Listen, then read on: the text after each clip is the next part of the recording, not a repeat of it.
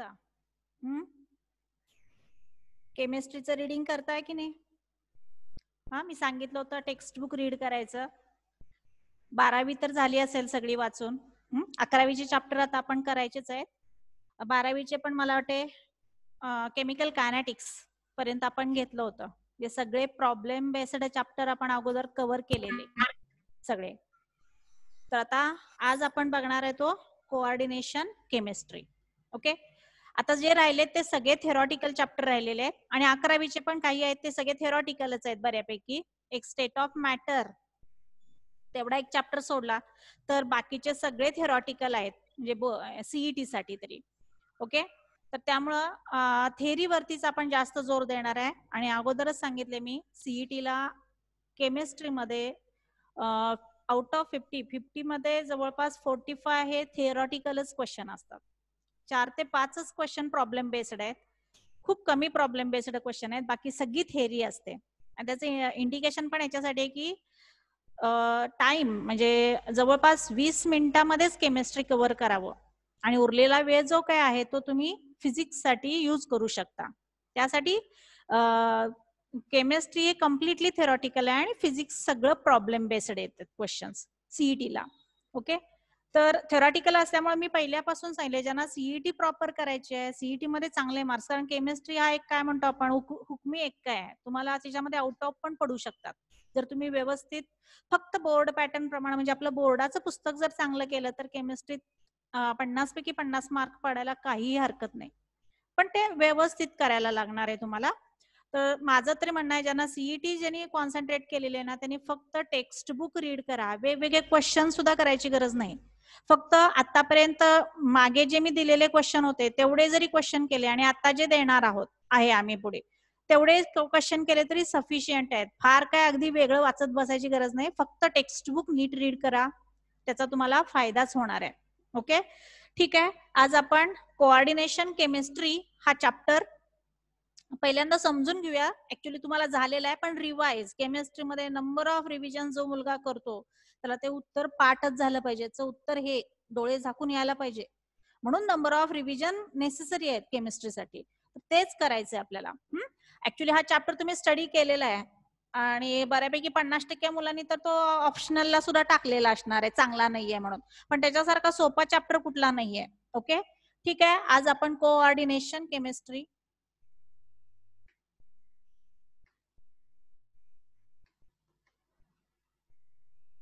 हा चॅप्टर बघणार आहे.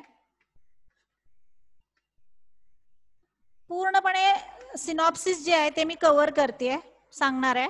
आणि त्याचे व्हॉट्सअप वरती सगळे तुम्हाला त्याचे जे नोट्स असतील सिनॉप्सिसच्या त्यात दिल्या जातील. आता फक्त तुम्ही लक्ष द्यायचं आहे आणि रिव्हिजन म्हणजे रिवाइज करा की तुमच्या लक्षात येते का बघा.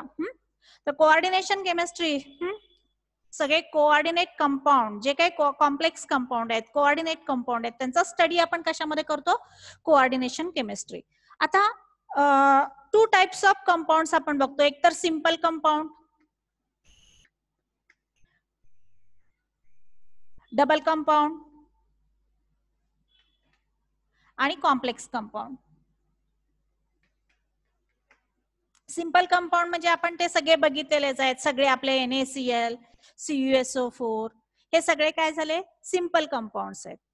डबल कंपाऊंड्स त्यालाच आपण ऍडिशन कंपाऊंड्स पण म्हणतो की जे actually 2 or more simple compounds पासून प्रिपेअर झालेले असतात. Double compounds these are prepared from simple compounds, 2 or more simple compounds. आता फॉर एक्झाम्पल जर तुम्ही बघितलं तर मोहर सॉल्ट हा एक मला वाटतं तुम्हाला प्रॅक्टिकलला तुम्ही ते वापरलेलं आहे सोल्युशन. मोहर salt it is a double, आपण घेतो डबल कंपाऊंड घेतो. किंवा ऍलम तुरटी हा पण त्याच्यामध्ये जातो. डबल सॉल्ट असंही म्हणतो आपण त्याला. It is a double salt. Mohr salt किंवा alum, these are the double salt. आता काय फॉर्म्युला आहे मोहर सॉल्टचा? तर it is nothing but FeSO4, फक्त लक्ष द्यायचं, dot ammonium sulphate NH4 3SO4 ammonium sulphate dot 6H2O. It is अ मोहर सॉल्ट. म्हणजे ऍक्च्युली मोहर सॉल्ट हा कसा प्रिपेअर करतात, तर फेरस सल्फेट आणि अमोनियम सल्फेट हे दोन जे सिंपल कंपाऊंड्स आहेत ते मिक्स केले जातात आणि हिटिंग करून त्याच्यापासून हा डबल सॉल्ट तयार केला जातो. त्याला आपण काय म्हणतो, Mohr salt. Alum it is also double salt. आणि आता आपण we are interested in complex compound. The complex compound it is also addition compound. ते सुद्धा 2 or 3 सिंपल कंपाऊंड्स पासूनच तयार होत असतात, पण थोडासा डिफरन्स आहे. आता फॉर एक्झाम्पल आपण पोटॅशियम फेरोसायनाइड जर घेतला, K4FeCN6, potassium ferrocyanide, it is a complex compound. It is also addition compound. Double salt is also addition compound. So now what is the difference between complex and double salt? किंवा coordination compound आणि double salt मध्ये काय main difference आहे, तर double salt they can lose किंवा loss their identity in aqueous solution. बघा, Mohr salt जर आपण वॉटरमध्ये डिझॉल्व्ह केलं आणि त्याचं जर ॲक्वस सोल्युशन घेतलं तर त्याच्यामध्ये कोणकोणते आयन्स मिळणार आपल्याला, Fe++, SO4 minus minus, NH4+, like this. हे सगळे आयन्स मिळणार की जे ओरिजिनल कंपाऊंडचेच आयन्स आहेत. म्हणजे मोहर सॉल्ट काय करतो, it can gives a confirmatory test of original ions from which it is prepared. जे ओरिजिनल कंपाऊंड्स आहेत त्याचे जे आयन्स आहेत त्यांच्या टेस्ट तो देतो. म्हणजे it can lose, Mohr salt जेव्हा आपण वॉटरमध्ये डिझॉल्व्ह करतो it can lose their identity. But complex compound when they dissolved in water किंवा कुठल्याही सोल्युशन मध्ये आपण डिझॉल्व्ह केलं, they cannot lose their identity. हा जो कॉम्प्लेक्स कंपाऊंड, आता ऍक्च्युली हा जो कॉम्प्लेक्स कंपाऊंड आहे it is prepared from KCN and FeSO4. ह्या ओरिजिनल हे दोन कंपाऊंड्स आहेत त्याच्यापासून हा कॉम्प्लेक्स कंपाऊंड तयार झालेला आहे. म्हणजे ओरिजिनल कंपाऊंड कशाची टेस्ट देणार, K+ ची, CN- ची, Fe++ ची. But complex compound it cannot give the test of Fe2+ ion because it cannot lose their identity. Complex compound can't lose their identity in aqueous solution, whereas double salt they can lose their identity in aqueous solution. This is the main difference between complex compound and double salt. Clear? आपण detail मध्ये आता study करणार आहे तो complex compound. Okay, ठीक आहे. आता कुठला पण आपण कॉम्प्लेक्स कंपाऊंड बघितला तर त्याचे काही बेसिक टर्म्स आपण बघणार आहे. सिंपल आपण घेऊया आता नेहमी सारखा, K4, कोणता पण एक तुम्ही घेऊ शकताय, FeCN6, potassium ferrocyanide. Okay, when it is dissolved in water in aqueous solution it is dissociate in this manner, 4K+ and FeCN6 हा +4 चार्ज बॅलन्स करण्यासाठी त्याच्यावरती किती येणार आहे, -4. Okay, so this potassium it is a counter ion, Fe it is known as metal ion and CN it is known as ligand. हा metal ion आणि it is a counter ion. आणि हा जो आहे तो कोऑर्डिनेट कॉम्प्लेक्स. हा, it is a complex म्हणजे हा जो ब्रॅकेट आहे, कॉम्प्लेक्स ब्रॅकेट जो आहे तो हा ऍक्च्युली कॉम्प्लेक्स आयन आहे. आता हा कोणत्या टाइपचा, निगेटिव्ह आयन आहे, so it is known as anionic complex. आणि हा जो कॉम्प्लेक्स आहे हे it cannot be dissociate further. This complex ion cannot be dissociate further in this manner. असे नाहीत तो परत आयन्स देत, परत त्याचं डिसोसिएशन होत नाही. म्हणून मी म्हटलं complex compound can't lose their identity in aqueous solution. लक्षात आला? जर त्याच्यावरती, जर त्या कॉम्प्लेक्स आयन वरती जर निगेटिव्ह चार्ज असेल तर these are known as anionic complex. Suppose जर आपण आता घेतला, सपोज मी हा घेतला CO NH3 6 Cl3, हा एक कॉम्प्लेक्स घेतला. आता इथं काय असणार आहे, याच्यावरती +3 आणि इथं काय येणार 3Cl-, म्हणजे हा कोणत्या टाइपचा कॉम्प्लेक्स झाला, कॅटायनिक कॉम्प्लेक्स. ज्याच्यावरती पॉझिटिव्ह चार्ज आहे तो कॅटायनिक कॉम्प्लेक्स, ज्याच्यावरती निगेटिव्ह चार्ज आहे तो ॲनायनिक. ओके, परत आणखीन आपण त्याच्यामध्ये बघतो होमोलेप्टिक आणि हेट्रोलेप्टिक. होमोलेप्टिक कोणाला म्हणायचे? हे दोन्ही पण होमोलेप्टिक कॉम्प्लेक्स आहेत. Homoleptic complex means what? They contain same kind of ligand. बघा NH3 हा लिगँड आहे, सेम काइंड, सगळेच्या सगळे लिगँड जे आहेत ते NH3 आहेत. ह्याच्यामध्ये पण सगळेच्या सगळे लिगँड जे आहेत ते CN आहे, म्हणजे सायनाइड हेच लिगँड आहेत. So these are called as homoleptic. आता सपोज जर मी एखादं एक्झाम्पल असं घेतलं, CO NH3 4 Cl2 Cl. आता हा जर आपण कॉम्प्लेक्स बघितला तर whether it is a homoleptic, no, it can bonded with two types of ligand. एक NH3 आहे आणि दुसरा आहे तो Cl आहे. Hence it is called as a heteroleptic complex. Clear? Homoleptic, heteroleptic complex. Okay. आता याच्यामध्येच आपण हे फक्त बेसिक पॉइंट्स अगोदर मी सांगणार आहे, हे ऍक्च्युली तुम्हाला यायला पाहिजेत. आता आपल्याला प्रत्येकाचा कोऑर्डिनेशन नंबर माहित असला पाहिजे आणि जो सेंट्रल मेटल ऍटम आहे त्याची ऑक्सिडेशन स्टेट आपल्याला काढता यायला पाहिजे, फाइंड करता यायला पाहिजे. आता कोऑर्डिनेशन नंबर मीन्स व्हॉट? कुठला पण कॉम्प्लेक्स दिलात, असेच सिंपल क्वेश्चन CET ला असतात. तर कोणताही कॉम्प्लेक्स दिला तर त्याचा coordination number means what? It is the number of ligands attached to central metal atom. आता हा जर आपण कॉम्प्लेक्स आयन घेतला तर याच्यामध्ये बघा FeCN6 हे अशा टाइपचं स्ट्रक्चर आहे. Octahedral complex is like this. म्हणजे total 6 ligands are surrounded by central metal atom. Hence its coordination number is 6. ह्या कॉम्प्लेक्सचा कोऑर्डिनेशन नंबर किती आला रे? 6 आला. आता याच्यामध्ये कोऑर्डिनेशन नंबर किती येणार? 6 NH3 ligands are attached to central metal atom, so its coordination number is 6. याचा कोऑर्डिनेशन नंबर 4 आणि हे 2 किती आले? 6. क्लिअर? सपोज जर मी असा घेतला tetra carbonyl nickel, what is its coordination number? 4. 4 ligands are attached to nickel, so its coordination number is 4. Clear? Coordination number कसा काढायचा? आता हे पण टाइप तुम्हाला झालेले आहेत लिगँड्सचे. आता सपोज जर मी एखादा, तुम्हाला माहित आहे म्हणून आपण ते बघूया. सपोज मी एक एक्झाम्पल घेतलंय, COEN2Cl2. What is its coordination number? काय असेल याचा कोऑर्डिनेशन नंबर? ऋतुजा पवार काय येणार बरं ह्या कॉम्प्लेक्सचा कोऑर्डिनेशन नंबर काय असेल? 6. कोऑर्डिनेशन नंबर किती येणार? 6 येणार. हा ऍक्च्युली का बरं? एक मिनिट इकडे लक्ष द्या. EN means what? Ethylenediamine. It is a bidentate ligand.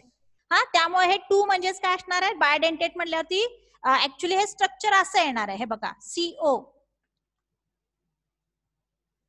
कसंही तुम्ही काढू शकता. सपोज मी आता असं काढले, हा इथिलीन डायमाइन याला अटॅच आहे आणि हा Cl2. बघा ऍक्च्युली इथिलीन डायमाइन हा बायडेंटेट लिगँड आहे, त्यामुळे तो 2 पोझिशनला इकडे अटॅच झालाय. हा पण बायडेंटेट लिगँड, हा 2 म्हणजे टोटल किती आले? 4 आणि हे 2 6. So its coordination number is 6. 4 नाही लिहायचं. Ethylenediamine it is a bidentate ligand, so its coordination number is 6. तर हे पॉइंट्स तुम्हाला नेहमी सिंपल पॉइंट्स CET ला असतात. बऱ्याच वेळा हा क्वेश्चन येऊन गेलेला आहे. What is it's coordination number? Okay, coordination number clear झालाय, समजलंय? आता त्याच्यानंतर आपण बघणार आहे ते ऑक्सिडेशन स्टेट काढायची असेल तर कशी काढणार, ते पण ऍक्च्युली सगळे बेसिक झालेले आहे खूप वेळा, तरी आपण परत एकदा रिवाइज करतोय. आता बघा इथे काय येणार? पहिल्यांदा नेहमीसारखं आपण चार्जेस बघायचे, म्हणजे पहिल्यांदा सेपरेशन केलेलं आहे, आयन सेपरेशन. आता हा कॉम्प्लेक्स आयन, ओके, Fe ची ऑक्सिडेशन स्टेट आपल्याला फाइंड करायची आहे, ती आपण X धरणार. CN हा काय आहे? CN वरती चार्ज मायनस आहे, निगेटिव्ह लिगँड आहेत. आपल्या बुक मध्ये सगळे चार्ट दिलेले आहेत, तर त्या चार्ट मधले negative ligand, positive ligand, neutral ligand सगळे तुम्हाला पाठ असले पाहिजेत. आता CN हा निगेटिव्ह लिगँड आहे, ज्याच्यावरती एक निगेटिव्ह चार्ज, असे टोटल किती? 6 आहेत. म्हणजे X - 6 इज इक्वल्स टू -4. सो X इज इक्वल्स टू किती येणार रे? +2. That means oxidation number of iron is +2. आता याच्यामध्ये बघूया आपण. सपोज हे एक्झाम्पल बघितलं आपण, हा कोबाल्टची ऑक्सिडेशन स्टेट आपल्याला काढायची आहे, ती आपण X कन्सिडर घेतली. आता NH3 हा कोणत्या टाइपचा लिगँड आहे? It is a neutral ligand. Neutral ligand आहे म्हटल्यावरती त्याच्यावरती चार्ज काय असणार? 0 असणार. So 6 into 0 is equal to +3. therefore oxidation number किती येणार कोबाल्टची +3 येणार. क्लिअर, लक्षात आलं? ओके, तर हे पहिल्यांदा अगोदर हे बेसिक आहे आणि हे ऍक्च्युली तुम्हाला 11वीला पण थोडंफार झालं होतं. तर ऑक्सिडेशन नंबर काढता यायला पाहिजे, कोऑर्डिनेशन नंबर काढता यायला पाहिजे, होमोलेप्टिक लिगॅंड कुठले, हेट्रोलेप्टिक लिगॅंड कुठले, कॅट आयनिक कॉम्प्लेक्स कुठला, ऍनआयनिक कॉम्प्लेक्स कुठला, डबल सॉल्ट कुठले आहेत, कसे ओळखायचे आणि कॉम्प्लेक्स कंपाऊंड कसे ओळखायचे, हे सगळं अगोदर तुम्ही आपल्या बुक मध्ये ती थेरी दिलेली आहे ती नीट रीड करा, मी बऱ्यापैकी सांगितलेलं आहे. ओके, आता आपण थोडंसं डिटेल मध्ये पहिल्यांदा लिगॅंड बद्दल स्टडी करूया. लिगॅंडची डेफिनेशनच सांगितले की species which is attached to central metal atom in a complex compound, these are called as ligand. मग आता लिगॅंड जर बघितले तर एकतर ते लिगॅंड्स निगेटिव्ह असतात, हे सगळे डोनर ऍटम्स असतात. लिगॅंड्स आर डोनर ऍटम किंवा डोनर स्पेसीज. ऍटम असू शकतो, मॉलिक्यूल असू शकतो, हा, it is a donor species ligands are. मग ते लिगॅंड्स इट मे बी जनरली ते निगेटिव्हली चार्जड असतात, एक खूप असे रेअर असतात त्यातले पॉझिटिव्ह चार्ज आणि बरेचसे न्यूट्रल असतात.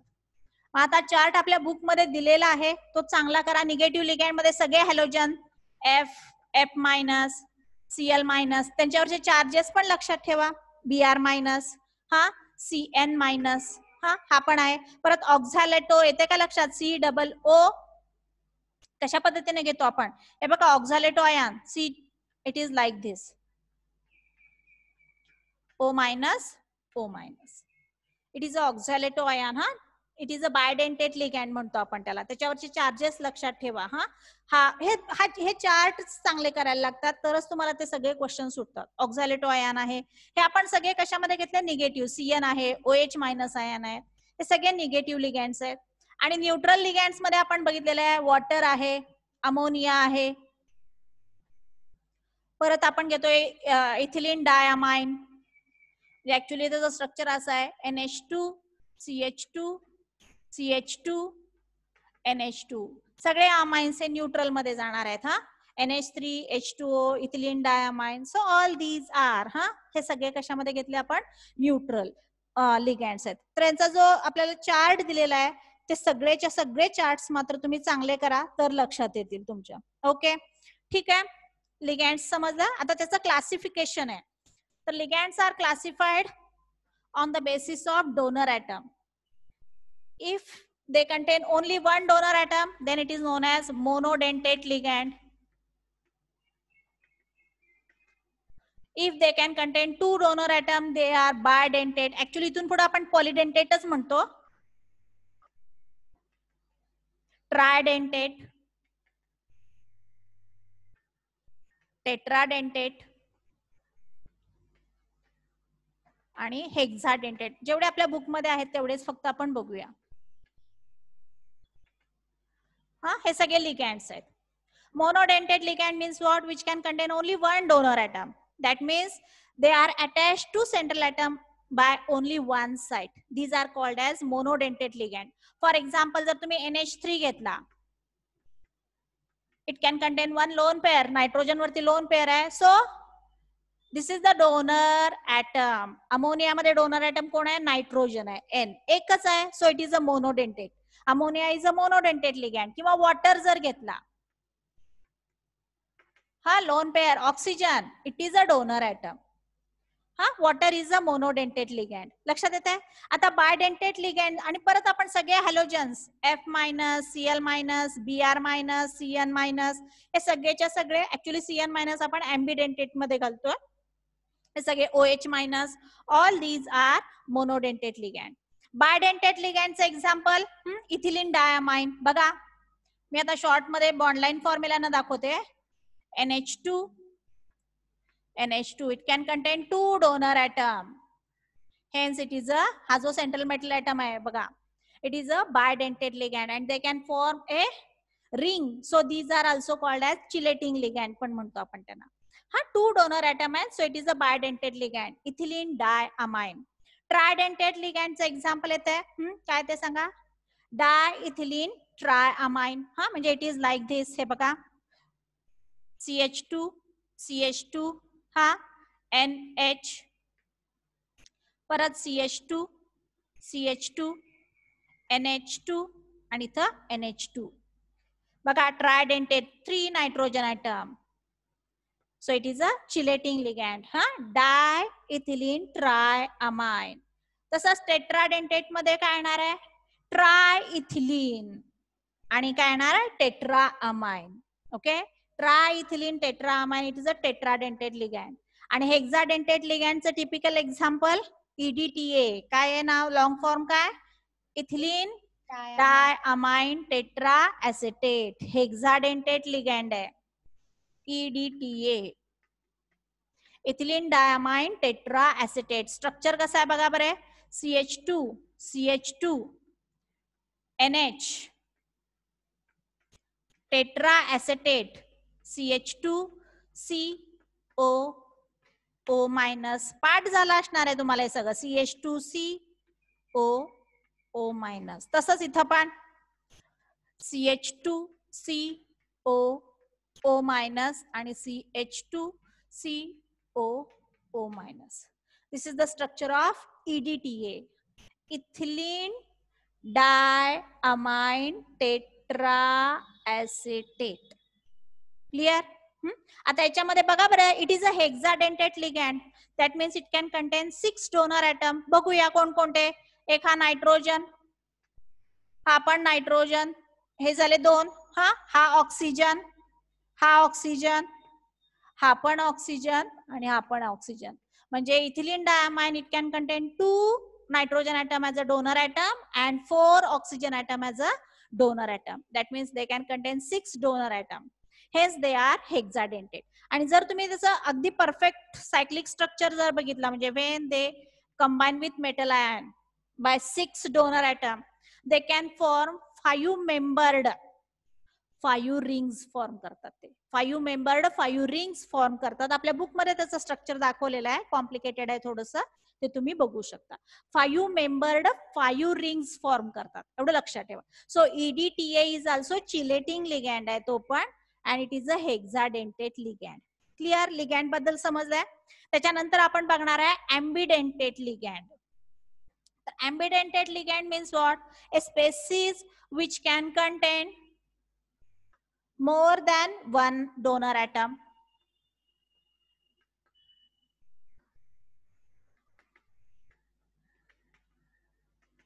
Which can contain more than one donor atom. But coordinate bond is formed by only one donor atom. जरी त्याच्यामध्ये एकापेक्षा जास्त डोनर ऍटम असले तरी सुद्धा तो कोऑर्डिनेट बॉन्ड मात्र त्यातला कुठला तरी एकच ऍटम करतो. आता फॉर एक्झाम्पल जर आपण सायनाइड घेतला, आता सायनाइड मधला carbon is also donor atom and nitrogen is also donor atom. If the metal atom is bonded with this cyanide ion by carbon, carbon हा डोनर ऍटम जर असेल तर त्याला आपण सायनो म्हणतो. आणि जर it is attach to nitrogen side त्याला आपण आयसोसायनो म्हणतो. लक्षात येते का? तर अशा पद्धतीनं CN म्हणजे हा कशामध्ये जाणार? It is a ambidentate ligand. तसंच NO2 ग्रुप पण कशामध्ये जातो? Ambidentate ligand. It has 2 donor atom, nitrogen as well as oxygen. जर तो नायट्रोजन बरोबर सेंट्रल मेटल ऍटम बरोबर बॉन्ड फॉर्मेशन करत असेल तर त्याला आपण नायट्रो म्हणतो. आणि जर ऑक्सिजन बरोबर बॉन्ड फॉर्मेशन करत असतोय तर त्याला आपण नायट्रिटो म्हणतोय. पण तुम्ही नुसतं नायट्रो म्हणायचं आणि N नायट्रो आणि O नायट्रो असं म्हटलं तरी सुद्धा चालतं. लक्षात येत आहे? सो दीज आर, किंवा थायोसायनाटो SCN, S सल्फर बरोबर पण अटॅच होतोय आणि कार्बन बरोबर पण अटॅच होत असतोय. सो दीज ऑल आर, आपण त्यांना काय म्हणतो? Ambidentate ligand. Ambidentate ligand means what? They are attach to central metal atom by only one donor atom. जरी त्याच्यामध्ये एकापेक्षा जास्त डोनर ऍटम असले तरी सुद्धा एकाच ऍटम बरोबर एकच ऍटम बॉन्ड फॉर्मेशन मध्ये पार्टिसिपेट होत असतो. These are called as ambidentate ligand. Clear? लिगँडची सगळी कन्सेप्ट क्लिअर झाली तुम्हाला? लक्षात आलेला आहे? ओके. तर त्याच्यानंतर ऍक्च्युली कॉम्प्लेक्स कंपाऊंड कसे फॉर्म होतात ती सिडविक थेरी आपण शॉर्ट मध्ये बघणार आहे. How these complex compounds are formed and this can be explained by Sidgwick theory. And Sidgwick थेअरीमध्ये काहीही नाहीये, त्यांनी तेच सांगितलेलं आहे की लिगँड्स जे डोनर ऍटम्स आहेत they can donate electron to central metal atom. आता फॉर एक्झाम्पल आपण घेतला CONH3 हा कॉम्प्लेक्स कंपाऊंड मी घेतलेला आहे. आता याच्यामध्ये NH3 हा काय आहे, डोनर ऍटम आहे, कारण त्याच्यावरती लोन पेअर इलेक्ट्रॉन्स आहेत. It is a donor atom, so it can donate electron pair to central metal atom and form a coordinate bond. Coordinate bond माहित आहे definition? Only one atom can take part in bond formation. म्हणजे both the electrons are shared by only one atom. It is called as a coordinate bond. आणि ज्याच्यामध्ये अशा टाइपचे coordinate bond form होतात त्याला आपण coordination compound म्हणतो. So it is a Sidgwick theory हेच सांगते. In coordination compound, ligands, which is a donor atom, it can donate electron to central metal atom and form a coordinate bond. मग त्याच्यामध्येच आपण EAN rule पण बघणार आहे. काय आहे तो EAN रूल? त्यालाच आपण इफेक्टिव्ह ॲटॉमिक नंबर, आणि त्याची व्हॅल्यू पण काढता येते. कुठलाही असू द्या. आता सपोज आपण नेहमीचा घेऊया K4 FeCN6. तर सेंट्रल मेटल ॲटमची Fe ची आपल्याला EAN व्हॅल्यू फाइंड करायची आहे. ती कशी फाइंड करतो आपण? EAN value is equals to, हा काय फॉर्म्युला आहे सांगा बघू? Z minus X plus Y. Z म्हणजेच काय? atomic number of central metal atom. X means oxidation number of central metal atom, and Y means number of electrons donate by ligand. हे सगळं तुम्हाला माहित आहे, तुम्ही बोर्ड पॅटर्न मध्ये केलेलं आहे. ओके, आता मला याची EAN व्हॅल्यू फाइंड करायची आहे. आता त्यासाठी मी सांगितले 3D सिरीज पार्टच पाहिजे. डी आणि एफ ब्लॉक एलिमेंट मधली 3D सिरीज तुमची जर कंप्लीट पार्ट असेल तर Fe चा ॲटॉमिक नंबर किती आहे? 26 हा ॲटॉमिक नंबर आहे. ओके, 26. आता ऑक्सिडेशन नंबर काढायचा आहे Fe चा, किती येणार आहे? हा 4 प्लस इथं आला काय? मायनस. CN वरती चार्ज किती? 6 मायनस इकडे आल्यावरती 2, म्हणजे किती आला? 2 हा ऑक्सिडेशन नंबर. साइन नाही घ्यायचं, फक्त नंबर घ्यायचा. ऑक्सिडेशन नंबर तो किती आहे? 2 आहे. Plus number of electrons donated by ligand. Ligand काय? CN. प्रत्येक लिगँड 2 इलेक्ट्रॉन डोनेट करत असतो. ओके, किती आले टोटल? 12. येते बघा बरे व्हॅल्यू येते 36. हा, आता EAN रूल काय सांगतो? In coordination compound central atom gain electron from ligand until, कुठपर्यंत घ्यायला सुरुवात करतोय? अंटिल इट्स ॲटॉमिक नंबर किंवा number of electrons, total number of electrons becomes equal to next rare gas element किंवा नेक्स्ट आपण काय म्हणतो नोबल गॅसचा ॲटॉमिक नंबर. आता सांगा 36 हा कशाचा ॲटॉमिक नंबर आहे? क्रिप्टॉनचा ॲटॉमिक नंबर आहे. आणि 3D सिरीज मध्ये लास्टला कोण येणार आहे? कुठला नोबल गॅस येतोय? क्रिप्टॉनच येतोय. त्यामुळे सगळे 3D सिरीजचे जे काही एलिमेंट्स आहेत कोणकोणते आहेत सांगा, आठवा बघू 3D सिरीज. हा, स्कॅन्डियम, टायटॅनियम, व्हॅनेडियम, हा क्रोमियम, हा त्याच्यानंतर मँगनीज, पार्ट आहे की नाही? मँगनीज नंतर आयर्न, हा आयर्न नंतर कोबाल्ट, निकेल, कॉपर, झिंक. हे सगळेच्या सगळे जे 3D सिरीजचे एलिमेंट्स आहेत ना, याची EAN व्हॅल्यू काय असणार आहे? 36च असणार आहे किंवा असली पाहिजे. कारण ह्या 3D सिरीज मध्ये शेवटी जो येतो तो क्रिप्टॉन हाच नोबल गॅस येतो. त्यामुळे तो नीट लक्षात ठेवा. या सगळ्यांची EAN व्हॅल्यू किती येते? 36. पण याच्यामध्ये पण काही एक्सेप्शनल केसेस आहेत, म्हणून मी म्हटलं की सगळ्याची EAN व्हॅल्यू सरळ डायरेक्ट कॅल्क्युलेट करायची, नुसतं पाठ करून 36 लिहायचं नाही. आता जर आपण फॉर एक्झाम्पल एक वेगळं एक्झाम्पल घेऊया, CONH3 आय थिंक हा घेऊया.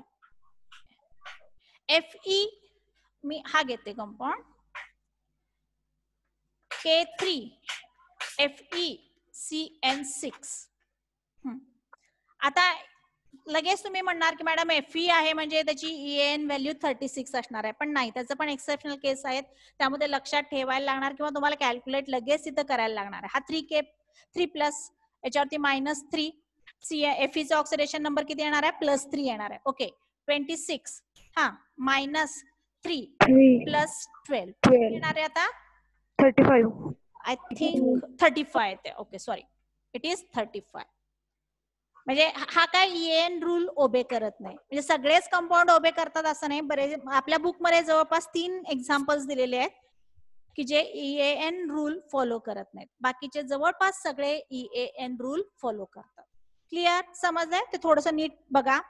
त्याच्यानंतर आपण पॉइंट बघणार आहे नोमॅनक्लेचरचा. आता नोमॅनक्लेचरचे रूल्स तुम्हाला माहित आहेत, बऱ्याच वेळा नोमॅनक्लेचर पण सीईटीला येते. IUPAC name of coordination compound. आता सिंपल मी फक्त शॉर्ट मध्ये सांगते, रूल्स बऱ्यापैकी दिलेले आहेत आणि आपण खूप घेतलेला आहे त्या म्हणजे रेग्युलर बोर्ड पॅटर्नला. तर IUPAC रूल प्रमाणे काय, पहिल्यांदा कॅट आयनचं नेम द्यायचं, नंतर आयन येणार. हा पहिल्यांदा कॅट आयन येणार, मग काही असू दे, तो कॉम्प्लेक्स असू दे किंवा सिंपल काही असू दे. आता फॉर एक्झाम्पल आपण नेहमीसारखं आज बघूया K4 FeCN6. ओके, तर नेहमीसारखं अगोदर पहिलं काम काय करायला लागतं आपल्याला? Fe ची ऑक्सिडेशन स्टेट काढायला लागते. हा काढली होती आपण मगाशी, किती? 4K+, आणि इथं काय येणार आहे? Fe+2 आली, येते ना? Fe ची ऑक्सिडेशन स्टेट बघा की FeCN किती आहे? -6, म्हणजे इथं किती येणार? +2. याची ऑक्सिडेशन स्टेट किती आली? +2 आली. ओके, मग आता पहिल्यांदा कॅट आयनचं नेम म्हणजे कशाचं नेम येणार? पोटॅशियम. ही अनआयनिक आयडेंटिटी आहे, कॉम्प्लेक्स आपण कुठला आहे? अनआयनिक कॉम्प्लेक्स आहे. मग पहिल्यांदा रूल प्रमाणे कॅट आयनचं नेम आहे. मग आता कॅट आयन कोण आहे? पोटॅशियम. त्याचा अगोदर नेम देणार. इथं 4 आहेत म्हणून टेट्रा पोटॅशियम वगैरे असलं काही लिहायचं नाही, पोटॅशियम. हा, पोटॅशियम. आता ऍनायन मध्ये पण नेम देताना आता बघा बरे, पहिल्यांदा लिगँडचं नेम देणार. हा, आता लिगँड काय? लिगँडचे नेम सुद्धा दिलेले आहेत बघा. आता CN साठी आपण काय वापरतो? सायनो. आणि 6 आहे म्हणजे काय येणार? हेक्झा, सायनो. आता Fe साठी ऍनायन मध्ये आपण काय करतो? 8 लावतो, फेरेट. हा, हेक्झा, सायनो, फेरेट, आणि मग पुढे ऑक्सिडेशन स्टेट काय असेल ती. दिस इज द IUPAC नेम. आता एक मी 2-3 देते, तुम्ही मला ते करून दाखवायचे, पटपट सांगायचं फक्त. हा, ओके, ट्राय करा.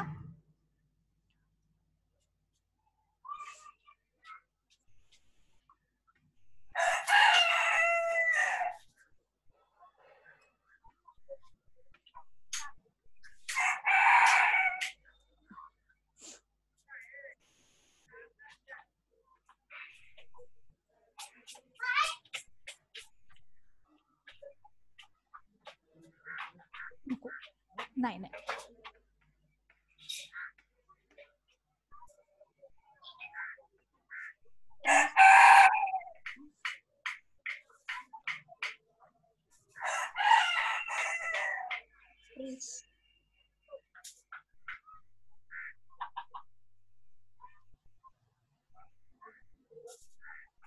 ते 1-2च देणार आहे, सगळे नाही.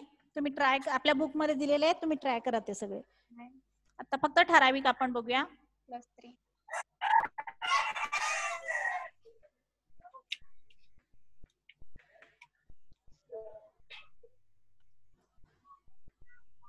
ओके, आता हे करत असताना त्याचे कोऑर्डिनेशन नंबर पण मला सांगायचंय तुम्ही. पहिल्याचा कोऑर्डिनेशन नंबर काय येईल? 6. E and ethylene diamine, it is a bidentate ligand, so its coordination number is 6. Correct. Oxidation number पण सांगा क्रोमियम ची काय येईल? आता इथिलीन डायमाइन हा काय आहे? Very good. इथिलीन डायमाइन हा काय आहे? न्यूट्रल लिगँड आहे, त्यामुळे चार्ज काय येणार आहे बघा, याचेच येणार 3Cl- इथे येणार +3. सो क्रोमियमची ऑक्सिडेशन स्टेट पण मिळाली आपल्याला 3. मग आता पहिल्यांदा कॅट आयनचं नेम, कॅट आयनचं नेम देताना अगोदर कशाचं देतो आपण? लिगँड, आणि मग मेटल. सांगा बघू नेम काय येईल सांगा.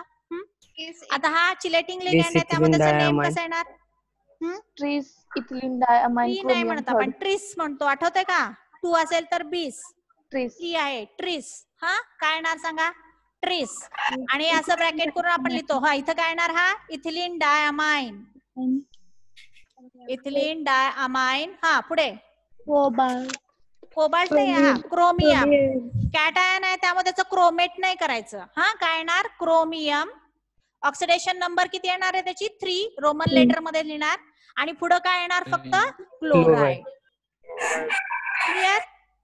आता याचा नेम सांगा बघूया. याचा पण कोऑर्डिनेशन नंबर किती येणार आहे? 4 NH3 आणि 2 Cl 6. कोऑर्डिनेशन नंबर 6 आहे. आता याचं नेम, याचे ऑक्सिडेशन स्टेट किती येणार सांगा? NH3 हा न्यूट्रल लिगँड आहे त्यामुळे 0. Cl ची काय येणार? मायनस, म्हणजे 2 मायनस, म्हणजे कसं येणार सांगा?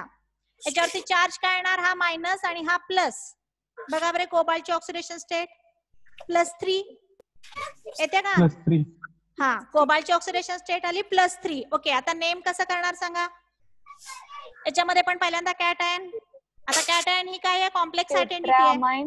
मग पहिल्यांदा टेट्रामाइन. लिगँडचं नेम देताना सुद्धा काय करणार आपण? अल्फाबेटिकल ऑर्डर घेणार.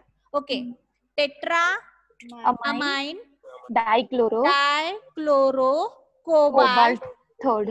ऑक्सिडेशन स्टेट किती आली रे त्याची पण? 3 येते का? Tetra amine डायक्लोरो cobalt 3 chloride. Clear? लक्षात येत आहे? ओके, आता याच्यामध्ये कसं येणार सांगा? सोडियम. इथे येणार 3 Na+. हा बॅलन्स करण्यासाठी तर -3. ओके, NO2 वरती निगेटिव्ह लिगँड आहे, NO2- म्हणजे कोबाल्टची ऑक्सिडेशन स्टेट किती येणार रे? +3. ओके, आता NO2 हा ॲम्बिडेंटेड लिगँड आहे आणि तो ऍक्च्युली नायट्रोजननी बॉन्डेड आहे. त्यामुळे कसं नेम येणार सांगा? पहिल्यांदा कॅटायनचं नेम काय येणार? Sodium hexa. हा, आता काय येणार सांगा? हे टोटल हेक्झा नायट्रो. आता N नी अटॅच आहे तो, हेक्झा नायट्रो N. आणि पुढे काय येणार? कोबाल्ट. आणि ऑक्सिडेशन नंबर किती येणार? क्लिअर?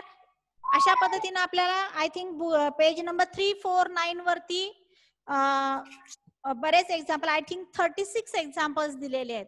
तर ते सगळे एक्झाम्पल्स परत करा, त्याची तयारी करा, कारण नोमेनक्लेचर येतं बऱ्याच वेळा. तर त्यामुळे त्याची तयारी करा. सगळं घेणं शक्य नाही, बोर्डाला पण बऱ्यापैकी घेतलेलं होतं.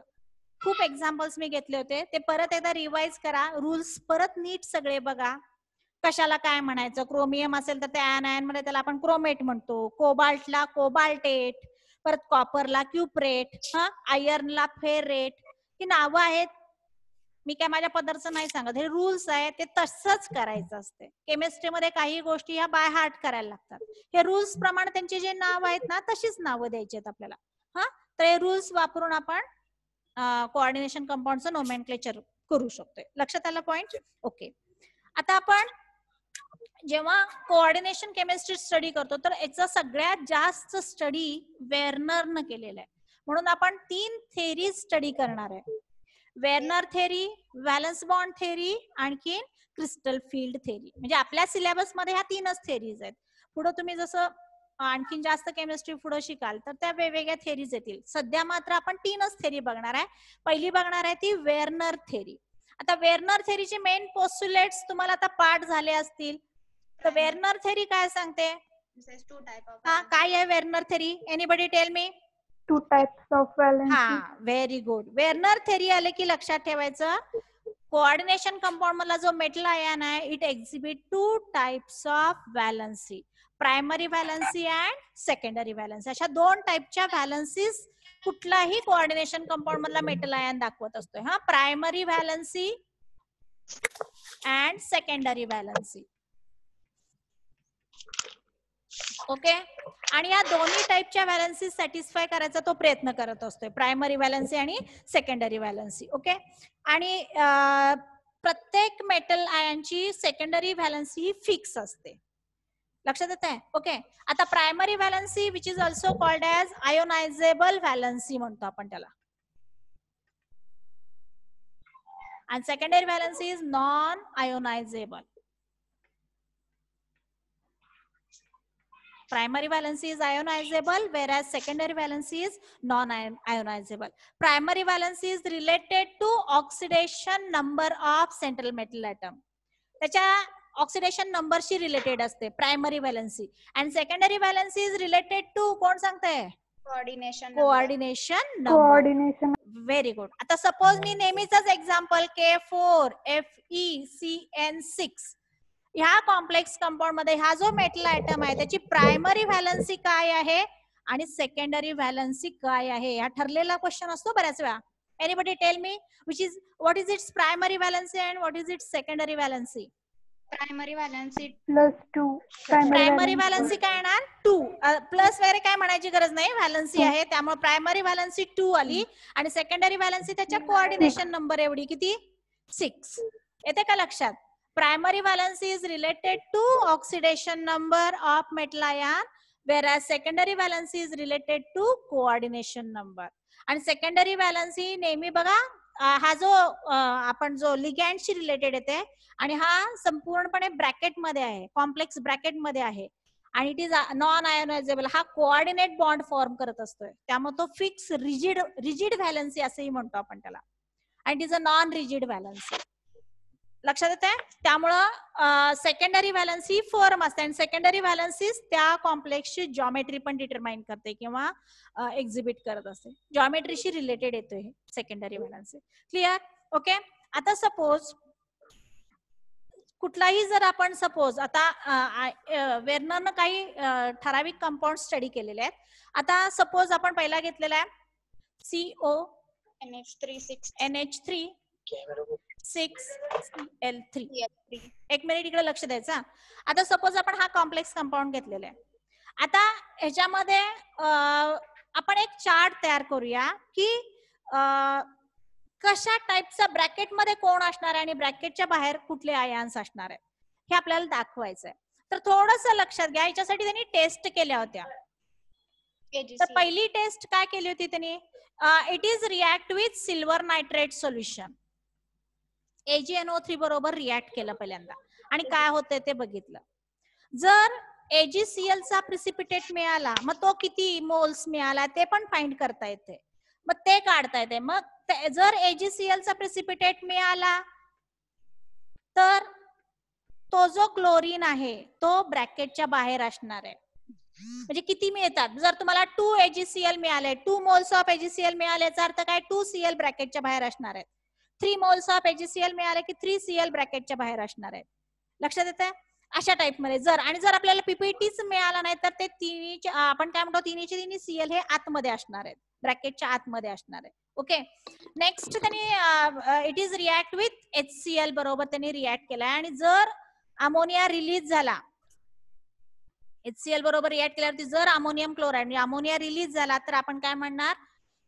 पण तसं होत नाही. We cannot get the smell of ammonia, ही रिॲक्शन होत नाही. आणि कंडक्टिव्हिटी बघितली, नंबर ऑफ आयन्स किती तयार होतात आणि कुणाचं कंडक्टिव्हिटी जास्त आहे. अशा पद्धतीने हा चार्ट केला गेलाय. आता थोडंच इकडे लक्ष द्या. हा जर हे सगळे कॉम्प्लेक्स कंपाऊंड स्टडी केले. आता CONH3 6Cl3 जर बघितला तर हे बघा, हा जो सेंट्रल मेटल आयन आहे it can consist 2 spheres. Zone अशा टाइपचे 2 झोन्स तयार करतो, इनर झोन आणि outer zone. Inner zone is related to secondary valency and outer zone is related to primary valency. आता NH3 6 हे 6च्या 6 NH3 कुठे आहेत? इनर झोन मध्ये आहेत. 1 2 3 4 5 आणि 6. हे 6च्या 6 NH3 कुठे आले? त्याच्यात इनर झोन मध्ये आहेत. त्यामुळे आपल्याला जरा सुद्धा अमोनियाचा स्मेल येत नाही. अमोनिया कारण हा स्ट्रॉंगली बॉन्डेड आहे त्यामुळे तो HCl बरोबर ट्रीट होत नाही. म्हणून त्यांना काय सांगितलं की हे 6च्या 6 अमोनिया इनर झोन मध्ये strongly bonded with the cobalt, आणि हे जे 3 Cl आहेत they are present in the outer zone. And hence when they are react, हा कंपाऊंड जेव्हा AgNO3 बरोबर रिॲक्ट होतो तेव्हा आपल्याला 3 मोल्स ऑफ AgCl मिळतात. म्हणजे तिन्हीचे तिन्ही Cl कुठे आलेत? आउटर झोन मध्ये आहेत. लक्षात येते? आता मी सपोज हा कंपाऊंड घेतला CO NH3 5Cl3. आता हा जर आपण कंपाऊंड घेतला तर ह्या कंपाऊंड मध्ये किती Cl AgNO3 बरोबर हा जर ट्रीट झाला तर किती AgCl मिळतील? हा पण CET चा क्वेश्चन आहे. When it is react with AgNO3 How many AgCls? Number of moles of AgCl we get. Anybody? 2. किती AgCl 3 moles. No, we get only 2 moles of AgCl. Why? Because just see here, जर आपण हे structure आता इथंच दाखवते, NH3 आहेत. Okay, secondary valency fix असते, मी सांगितले. मग त्याची सेकंडरी व्हॅलन्सी बॅलन्स करण्यासाठी हा Cl कुठे येतोय? आतमध्ये जातोय. तो सेकंडरी व्हॅलन्सी पण आणि प्रायमरी व्हॅलन्सी पण दोन्ही पण सॅटिस्फाय करतोय.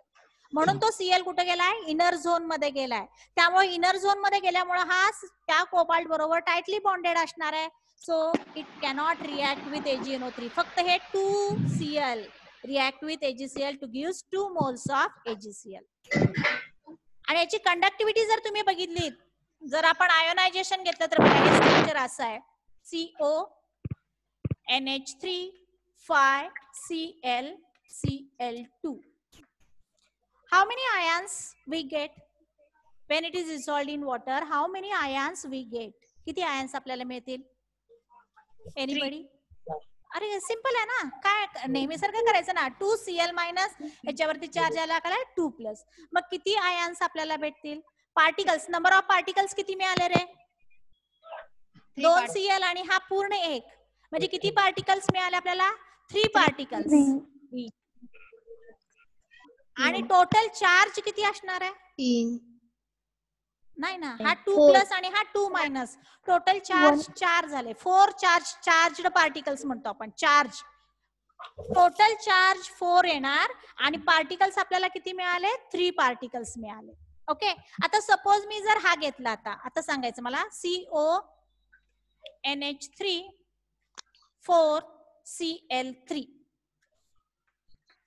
How many, when it is react with AgNO3, how many moles of AgCl we get? 1. Only 1. बरोबर, कारण हा CO ऍक्च्युली हे स्ट्रक्चर असं असणार आहे बघा. CO NH3 4, कारण कोबाल्टची सेकंडरी व्हॅलन्सी किती आहे? 6 आहे. ती बॅलन्स करण्यासाठी 2 Cl इनर झोन मध्ये आले आणि 1 Cl बाहेर. आणि हा Cl काय कर, हे जे 2 Cl आहेत ते प्रायमरी ऍज वेल एज सेकंडरी व्हॅलन्सी दोन्ही पण सॅटिस्फाय करायचा प्रयत्न करतात. सो अशा पद्धतीने. आणि मग पार्टिकल्स जर बघितले तर आपल्याला किती येणार आहेत? 2 पार्टिकल्स मिळणार आहेत. आणि चार्ज पण किती असणार आहेत? 2 चार्ज आपल्याला मिळणार आहे आणि 1 AgCl मिळणार आहे. Clear? This is all about Werner theory. हीच वेर्नर थेरी आहे. तुम्हाला बऱ्यापैकी चार्ज पार्टिकल्स. मग साधा क्वेश्चन असतोय बघा, सपोज मी हे 3 कंपाऊंड्स घेतलेत. हा, इकडे लक्ष द्या. हे तिन्ही कंपाऊंड्स आहेत, 1 2 आणि 3. आता माझा सिंपल क्वेश्चन आहे, विच हॅज हायर कंडक्टिव्हिटी? कुणाची कंडक्टिव्हिटी जास्त आहे? कंडक्टिव्हिटी कशावरती डिपेंड आहे? नंबर ऑफ आयन्स वरती. जास्त आयन्स कशामध्ये आहेत? याचे किती मिळाले रे? हा असं स्ट्रक्चर काढलं आपण, Cl2 Cl, म्हणजे 2 पार्टिकल्स 2 आयन्स मिळतात. इथं किती मिळतात रे? 3. असा असणार आहे 3Cl3+. 3 आणि 1 4 पार्टिकल्स, चार्जड पार्टिकल्स मिळाले. इथं किती मिळाले? CO NH3 5 Cl2 Cl-.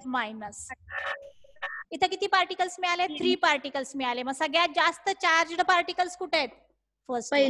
So it has high conductivity. बघा की इथं किती मिळाले? हा 3 Cl किती आहेत? 3. 3 Cl-. 3 Cl आहेत आणि हा पूर्ण एक कॉम्प्लेक्स. टोटल पार्टिकल्स किती आले? 4. इथं किती पार्टिकल्स मिळाले? हा 2 Cl आणि हा पूर्ण एक. किती मिळाले? 3 पार्टिकल्स. याच्यामध्ये किती मिळाले? हा Cl- आणि हा एक 2 पार्टिकल्स. सगळ्यात जास्त चार्जड पार्टिकल्स कशामध्ये आहेत? 1 मध्ये. So it can shows high conductivity. Clear? This is all about Werner theory. लक्षात आली वेर्नर थेरी तुम्हाला? ओके, आता नेक्स्ट थेरी आपण बघणार आहे म्हणजे VBT थेरी.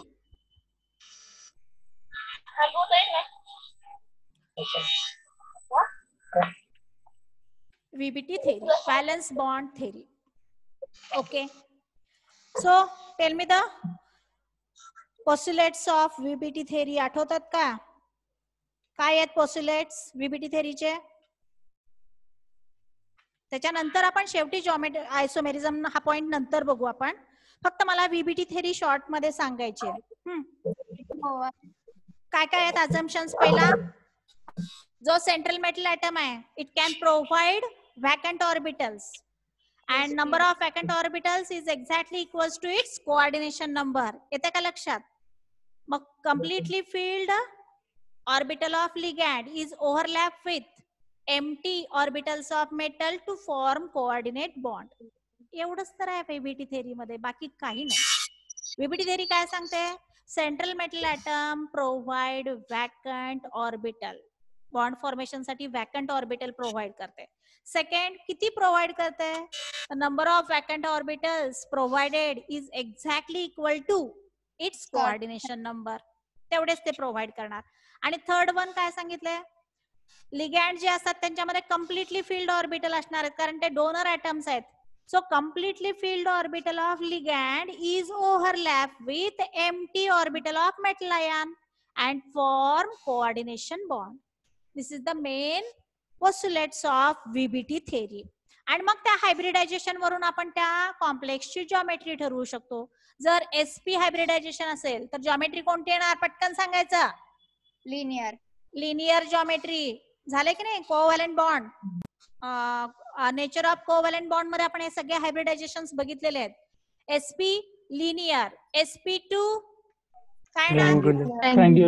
ट्रायगोनल किंवा ट्रायगोनल. ओके. sp3 tetrahedral.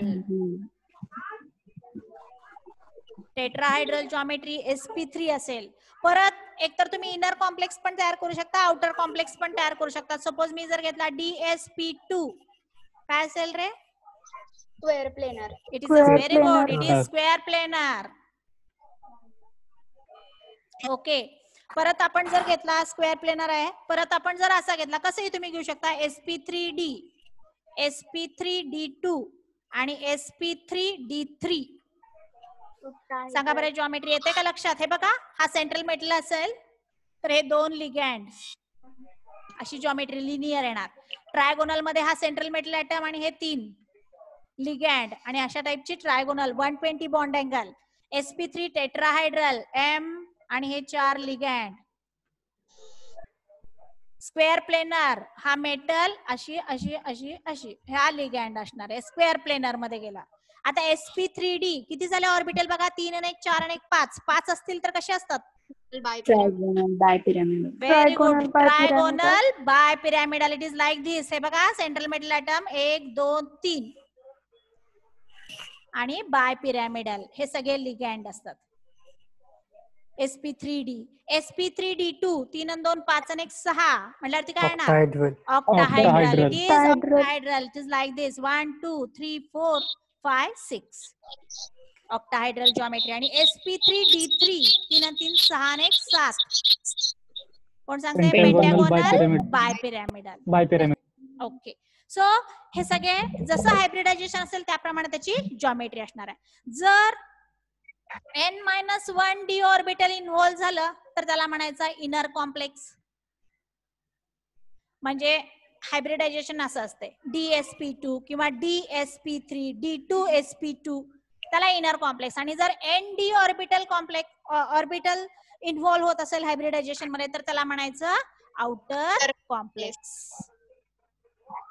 हे जे आहे ते आउटर कॉम्प्लेक्स आहे, हे इनर कॉम्प्लेक्स आहे. ह्याच आपण असंही लिहू शकतो dsp3 d2sp3 आणि d3sp3. हे सगळे इनर कॉम्प्लेक्स झाले आणि हे आउटर कॉम्प्लेक्स झाले. बघूया आपण एक एक एक्झाम्पल म्हणजे लक्षात येईल. लक्षात आलं व्हीबीटी थेरी. आणि व्हीबीटी थेरी मध्ये आणखीन काय एक्सप्लेन करते? ते मॅग्नेटिक प्रॉपर्टी पण एक्सप्लेन करते. जर त्याच्यामध्ये अनपेअर्ड इलेक्ट्रॉन्स असतील तर ते काय असणार आहे? पॅरामॅग्नेटिक. जर पेअर्ड इलेक्ट्रॉन्स असतील तर ते कॉम्प्लेक्स काय असणार आहे? डायमॅग्नेटिक असणार आहे. ओके. तर आपण ठराविक एक्झाम्पल्स बघूया जे आपल्या बुक मध्ये दिलेले आहेत. ते तोंडपाठ. माझं तरी म्हणणं आहे एवढा वेळ पण आपण हायब्रिडायझेशन ओळखायचं, परत तो डायमॅग्नेटिक आहे का पॅरामॅग्नेटिक आहे हे सगळं ते करत बसण्यापेक्षा ना तुम्हाला जितकं पाठ होईल तेवढं चांगलं आहे. पाठच करून टाका ते. आता आपल्याला ठराविक एक्झाम्पल्स दिलेले आहेत, तर त्यातलं पहिलं एक्झाम्पल बघूया आपण. NiCO4. ओके, तर ह्याच्या अगोदर काही लिगँड्स दोन टाइप्स मध्ये बघतोय आपण. स्ट्रॉंग फील्ड लिगँड्स आहेत आणि काही वीक फील्ड लिगँड्स आहेत. हे जे स्ट्रॉंग फील्ड लिगँड आहेत दे कॅन अफेक्ट, ते काय करतात रे, स्ट्रॉंग फील्ड लिगँड्स पेअरिंग करतात इलेक्ट्रॉनचं, आणि जे वीक फील्ड लिगँड्स असतात ते पेअरिंग करत नाहीत. हे काही व्हीबीटीला एक्सप्लेन नाही करता आलं, ते आपण क्रिस्टल फील्ड वरून बघणार आहे. पण लक्षात ठेवा की स्ट्रॉंग फील्ड लिगँड कोणकोणते आहेत जे आता आपण बघणार आहे. तर त्यातला हा CO आणि NH3 हे कशामध्ये जातात? It is a strong field ligand. CN हा, हे तिन्हीच्या तिन्ही काय आले, स्ट्रॉंग फील्ड लिगँड आहे, ते लक्षात ठेवा. आणि वीक फील्ड लिगँड कोणकोणते आहेत? सगळे हॅलोजन्स, F-, Br-, Cl-, हा, हे सगळे वीक फील्ड लिगँड मध्ये आपण बघणार आहे. मग आता पहिला एक्झाम्पल आपण बघणार आहे. इकडे लक्ष द्या, शॉर्ट मध्ये कसं बघा. NiCO4 आपल्याला दाखवायचं आहे. पहिल्यांदा ऑक्सिडेशन स्टेट. CO हा काय आहे, कोणत्या टाइपचा लिगँड आहे? निगेटिव्ह, पॉझिटिव्ह का न्यूट्रल? कोबाल्ट, सॉरी, कार्बोनिल हा कोणत्या टाइपचा लिगँड आहे? It is not cobalt, it is carbonyl. हा, it is a neutral ligand. CO वरती कोणताच चार्ज नाहीये ना, it is a neutral ligand आहे. कार्बोनिल हा न्यूट्रल लिगँड आहे, त्यामुळं याची ऑक्सिडेशन स्टेट काय असणार आहे? निकेलची 0 असणार आहे. मग आता कॉन्फिगरेशन काय असणार? निकेलचा ॲटॉमिक नंबर किती आहे? पटकन सांगायचं मला. 27 का 28? कोबाल्टचा 27 आहे, निकेलचा 28. कॉन्फिगरेशन काय ते आठवा, 3d8 4s2. शॉर्ट मध्ये करायचं पटकन. 3d8 4s2 हे कॉन्फिगरेशन आलंय. 4s च्या पुढे एम्प्टी ऑर्बिटल्स पाहिजेत आपल्याला. कुठला असणार आहे? 4p. बघा, 4s2 आणि 4p लक्षात येते. आणि हा 3d8, 1 2 3 4 5. किती अनपेड इलेक्ट्रॉन्स असतील रे? 6 7 8. 2 अनपेड इलेक्ट्रॉन्स असणार आहेत आता. ओके, हे झालं निकेल. आता CO कार्बोनिल लिगँड हा कोणत्या टाइपचा लिगँड आहे? It is a strong field ligand आहे. स्ट्रॉंग फील्ड लिगँड काय करतात? त्यांना अनपेड इलेक्ट्रॉन्स नाहीत आवडत, ते त्यांना ढकलून पेअरिंग करतात. त्यामुळं हा लगेच काय होणार आहे रे? हा इलेक्ट्रॉन इकडे शिफ्ट होणार. त्यामुळे हे पण 2 इलेक्ट्रॉन कोणीकडे शिफ्ट झाले? इथं शिफ्ट झाले. आता इथं काय झाला? 3d10 झाला, 4s0 झाला. आता टोटल कोऑर्डिनेशन नंबर किती आहे? 4 आहे. म्हणजे हा मेटल ॲटम किती एम्प्टी ऑर्बिटल्स प्रोव्हाइड करणार? 4. 1 2 3 4. म्हणून कोणतं हायब्रिडायझेशन तो दाखवतोय? sp3 hybridisation. आणि मग हे जे CO 4 CO आहेत ना, हे याच्या बरोबर काय करणार? प्रत्येक CO 2 इलेक्ट्रॉन देणार आहे. बघा, हे त्याचे आले. प्रत्येक CO 2 इलेक्ट्रॉन्स देऊन कोऑर्डिनेट बॉन्ड फॉर्म करणार. सो sp3 हायब्रिडायझेशन आहे. NiCO4 बघा, असा चार्ट तयार करा. sp3 hybridisation, tetrahedral geometry. हा, व्हिडिओ पॉज झालाय तुमचा. व्हिडिओ पॉज झालाय. ओके ओके, एक मिनिट.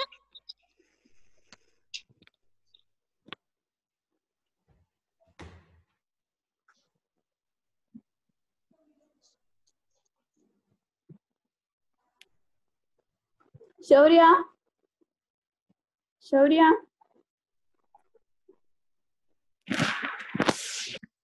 शौर्या,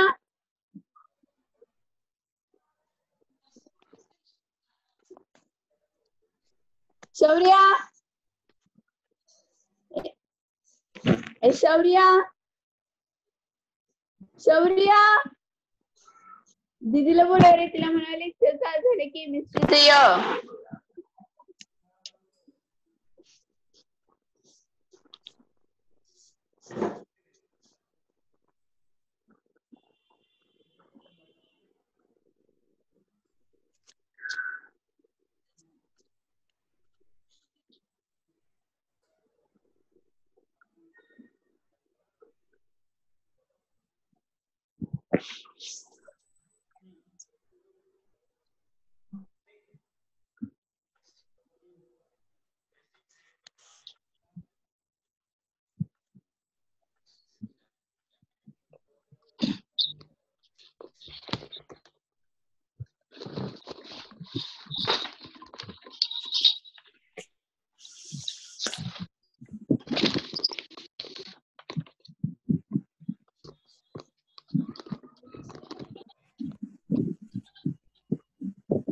हा ओके आता येते का दिसते का होय.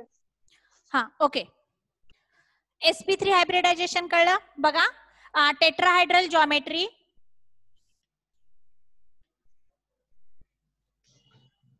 हा थोडस इकडे लक्ष द्यायचं आणखीन मॅग्नेटिक प्रॉपर्टी बद्दल काय सांगाल whether it is a diamagnetic और पॅरामॅग्नेटिक कुठे दिसतोय का unpaired electron diamagnetic. It is a diamagnetic very good it is diamagnetic आणि सीओ हा हे कशामुळे झालंय सीओ हा कोणत्या टाईपचा लिगँड आहे स्ट्रॉंग फील्ड लिगँड आहे त्याचा हा इफेक्ट आहे क्लिअर लक्षात आलं तुम्हाला एमसीक्यू ला असंच विचारतात in NiCO4 nickel shows which type of hybridisation किंवा what is the geometry of nickel किंवा NiCO4 whether it is a diamagnetic और पॅरामॅग्नेटिक हे लक्षात यायला पाहिजे लक्षात आलं आता त्याच्यानंतरचं एक्झाम्पल बघूया ह्याला शॉर्टकट असं जास्त नाही आहे चुकतात अरे बऱ्याच वेळा ते मी सांगते असंच करा सेकंड आपण बघूया NiCl4 2 मायनस. फक्त लक्ष द्या NiCl4 2- हा पटकन सांगायचं निकेलची ऑक्सिडेशन स्टेट किती येणार आहे +2 हा 4- इकडे गेल्यावरती +2 होणार आहे ओके निकेलची ऑक्सिडेशन स्टेट +2 म्हणजे काय येणार कॉन्फिगरेशन 3d8 4s0 s मधले 2 उडाले 3d8 4s0 okay coordination number 4 आहे म्हणजे इथं काय असणार आहे Mt4p ओके Cl हा कोणत्या टाइपचा लिगँड आहे रे whether it is a strong field और weak field ligand weak field ligand त्यामुळे तो पेअरिंग करणार का नाही त्यामुळे 3d8 तसेच राहणार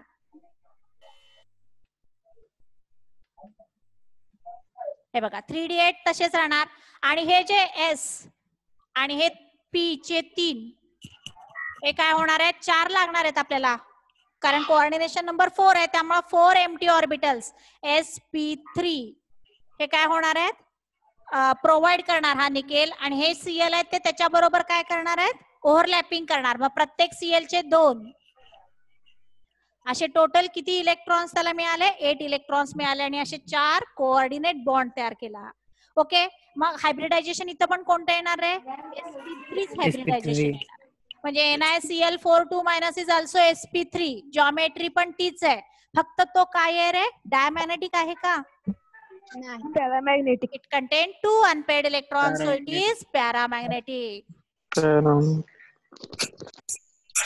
ओके नाव नेक्स्ट आता बघूया आपण काही बाकीचं करायचं नाही एवढंच लक्षात ठेवायचंय तो चार्ट वगैरे आहेत ना मी सगळे देणार आहे तुम्हाला व्हॉट्सअप वरती पाठवलं जाईल त्यावेळेला तुमच्या ते लक्षात येईल ते चार्ट नीट लक्षात ठेवा नंतर घेणार आहे आपण NiCN4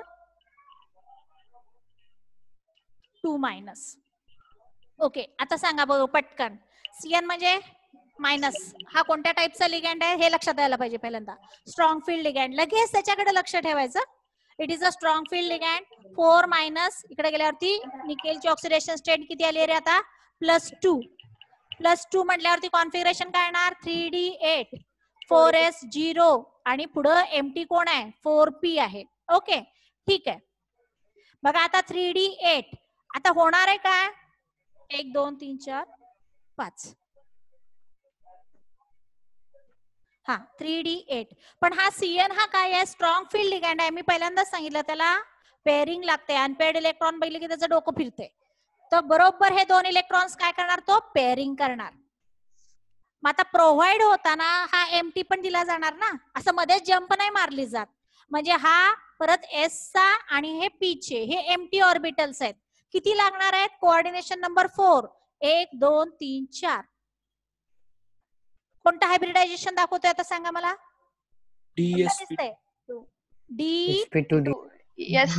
DSP2 मग जॉमेट्री कुठली येणार याच्यामध्ये बघा हायब्रिडायझेशन दाखवतोय DSP2 कोणती जॉमेट्री रे स्क्वेअर प्लेनर आणि डायमॅग्नेटिक आहे का पॅरामॅग्नेटिक आहे डायमॅग्नेटिक कुठेही अनपेअर्ड इलेक्ट्रॉन नाहीये सो इट इज डायमॅग्नेटिक आलं का लक्षात हा हे 3 Ni चे हे 3 आहेत बघा NiCO4 टेट्राहायड्रल आहे डायमॅग्नेटिक आहे NiCl4 टेट्राहायड्रल आहे पॅरामॅग्नेटिक आहे आणि NiCN4 DsP2 स्क्वेअर प्लेनर आहे आणि डायमॅग्नेटिक आहे. लक्षात आलं? हे 3 मेन लक्षात ठेवा. नीट वाल्यांना पण याची बऱ्याच वेळा याचे क्वेश्चन्स येतात. त्याच्यानंतर आपण बघूया तो CONH3 कोबाल्ट NH3 +3. ओके, आता पटपट सांगायचं. कोबाल्ट ऑक्सिडेशन स्टेट किती आली रे? +3. कोबाल्ट ऍटॉमिक नंबर किती आहे? 27. कॉन्फिगरेशन कसं येणार सांगा? 3d7 4s2. आता कोबाल्ट 3+ कॉन्फिगरेशन काय येणार रे? 3 जाणार, म्हणजे 3d6 4s0. आणि एमटी कोण आहे? 4p. ओके, NH3 हा कोणत्या टाइपचा लिगँड येतोय? Strong field. Strong field ligand. बघा मग आता 3d6 1 2 3 4 5 6 हा 3d6 आलं लक्षात? हा, आता काय होणार सांगा? 3d6 4s0 4p. NH3 हा स्ट्रॉंग फील्ड लिगँड आहे, त्यामुळे काय करणार तो? पेअरिंग करणार.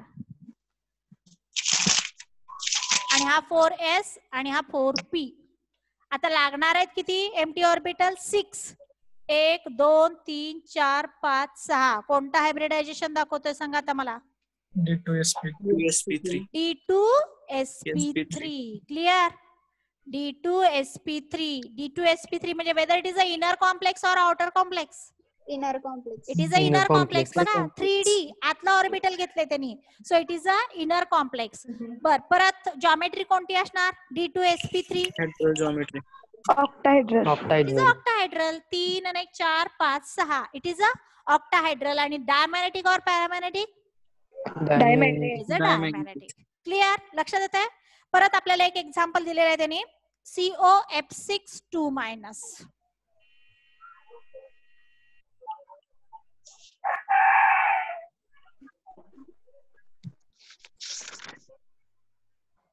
बघा COF6 2-. हा पटकन सांगायचं आता मला. ऑक्सिडेशन नंबर किती येणार? 3 4 +3. +3 कसं येईल? +4. सॉरी, COF6 एक सेकंड इथं काय येणार? -3 आहे. सॉरी, हा COF6 3-. आता काय येणार रे ऑक्सिडेशन स्टेट? +3 येणार. ओके, कोबाल्ट कोऑर्डिनेशन नंबर हे सॉरी ऍटॉमिक नंबर 27 म्हणजे काय येणार? 3d7 4s2. 3 गेले 3d6 4s0. एम्प्टी ऑर्बिटल्स कुठले कुठले आहेत? 4p. ओके, आता काय होणार आहे? कोबाल्ट 3d6 1 2 3 4 5 आणि हा 6. ओके, 4s0 आणि 4p. आता F हा कोणत्या टाइप मध्ये जातो रे? It is a weak field ligand आहे, त्यामुळे तो पेअरिंग करणार का? नाही, त्यामुळे इथं पेअरिंग होणार नाही. मग आता टोटल ऑर्बिटल्स एम्प्टी ऑर्बिटल्स किती लागणार आहेत? 6 लागणार आहेत. मग ते 6 बघा बरे, 1 2 3 4. पुढे कोण असणार आहे? 4p च्या पुढे कोण असणार आहे? 4d. त्यातले किती लागणार आपल्याला? 1 2 3 4 5 आणि 6. कोणतं येणार सांगा हायब्रिडायझेशन? sp3d2. हा S एक आहे, सॉरी इथे S एक आहे. एक सेकंड हा S, हा इथं आहे. हा 4s, हा 4p आणि 4d. काय येणार सांगा? sp3d2. आउटर कॉम्प्लेक्स आहे का इनर कॉम्प्लेक्स आहे? Outer it complex. Is outer complex. Diamagnetic का paramagnetic? Actually, it is a ferromagnetic. 4 unpaired electrons आहेत. Large number of unpaired electrons, so it is a ferromagnetic. Paramagnetic मध्ये जातोय तो. sp3d2 hybridisation. आणि geometry काय येणार सांगा आता मला? ऑक्टाहेड्रल. ऑक्टाहेड्रल. क्लिअर? लक्षात आला? आता एक वेगळं एक्सेप्शनल केस म्हणून एक एक्झाम्पल आहे, ते एक बघू आपण. सीईटी साठी कमीत कमी एवढे तरी एक्झाम्पल्स तुम्ही चांगले करा. क्युप्रा अमोनियम आयन काय असेल ते आपण ते आपण CuNH3 4 2+. Okay, cupro ammonium ion. आता याचं मला हायब्रिडायझेशन काढायचं आहे. वेदर इट इज अ काय म्हणतो आपण इनर कॉम्प्लेक्स, आउटर कॉम्प्लेक्स. अजून एक पॉइंट आहे, हाय स्पिन कॉम्प्लेक्स का लो स्पिन कॉम्प्लेक्स. हाय स्पिन म्हणजे काय रे, शिकवलेलं आहे की अगोदर. हाय स्पिन कॉम्प्लेक्स आणि लो स्पिन, जेवढे जास्त अनपेअर्ड इलेक्ट्रॉन्स असतील तर त्याला म्हणायचं हाय स्पिन कॉम्प्लेक्स, जेवढे कमी अनपेअर्ड इलेक्ट्रॉन्स असतील त्याला म्हणायचं लो स्पिन कॉम्प्लेक्स. हा बघूयात आपण. हा CuNH3 4 2+, कॉपरची ऑक्सिडेशन स्टेट आपोआपच किती येणार रे, +2. कॉपर 29, कॉन्फिगरेशन काय आहे रे, 3D10 4s1, 2 electron loss, 3D9. Okay, बघा बरे आता.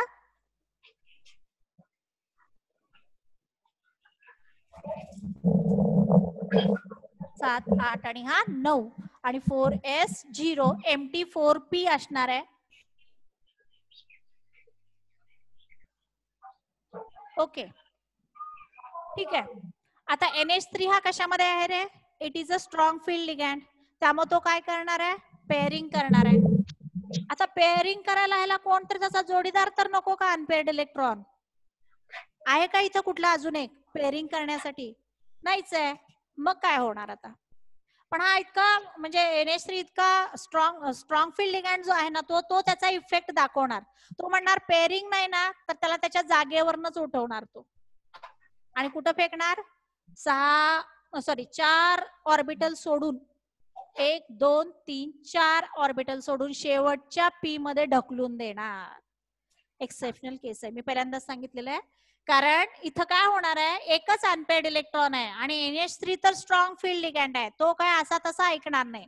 पेअरिंग करायला दुसरा इलेक्ट्रॉन पण नाही आहे, त्यामुळे तो काय करणार, त्याच इलेक्ट्रॉनला उडवणार, शेवटी टाकणार.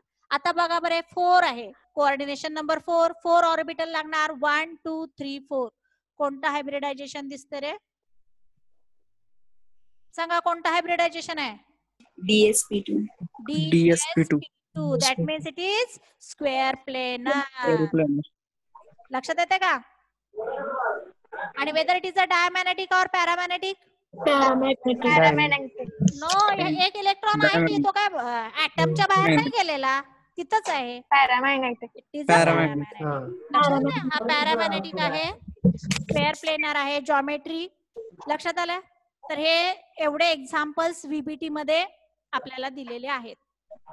तर एवढे तरी बोर्ड पॅटर्न म्हणजे आपण काय म्हणतो CET साठी हे सगळे चांगले. तुम्हाला हे दाखवायचं नाहीये, तुम्हाला फक्त जनरली क्वेश्चन असाच असतो. आता फॉर एक्झाम्पल बघूया तुम्ही आता किती लक्षात ठेवलंय. आता जो सपोज आय थिंक हा अशा टाइपचा क्वेश्चन नीटला आलेला.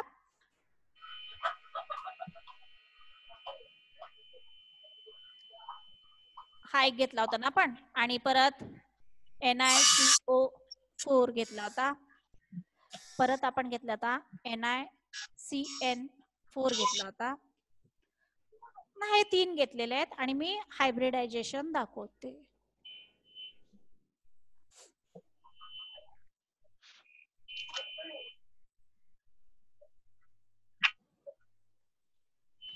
Okay, match the following. सांगा पटपट.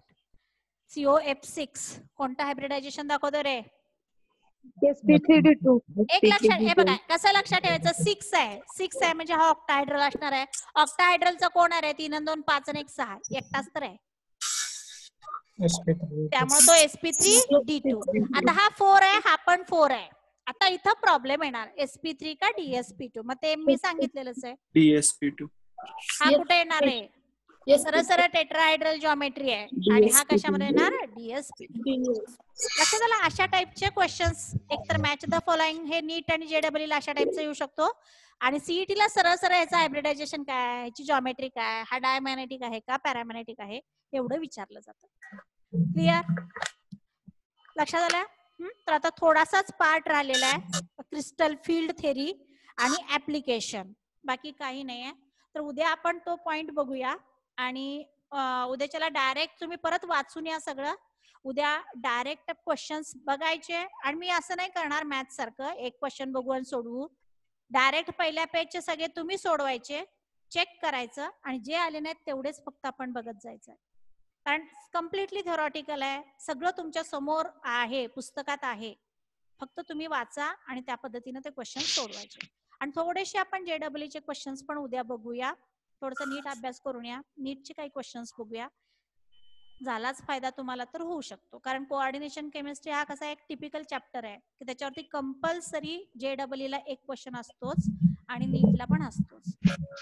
ठीक आहे, तर अशा पद्धतीने मी बऱ्यापैकी जवळपास 90% झालाय. फक्त CFT थेरी थोडीशीच राहिलेली आहे आणि स्पेक्ट्रोकेमिकल सिरीज आणि ऍप्लिकेशन हा थोडासा पार्ट राहिलेला आहे, तो आपण उद्याच्याला बघूया आणि उद्याच परत आपण क्वेश्चन्स पण सोडूया. ओके, लक्षात येतंय? समजलंय सगळ्यांना शिकवलेलं? अरे काहीतरी उत्तर द्या.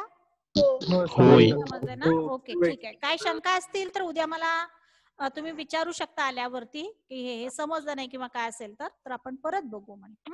ठीक आहे, बाय.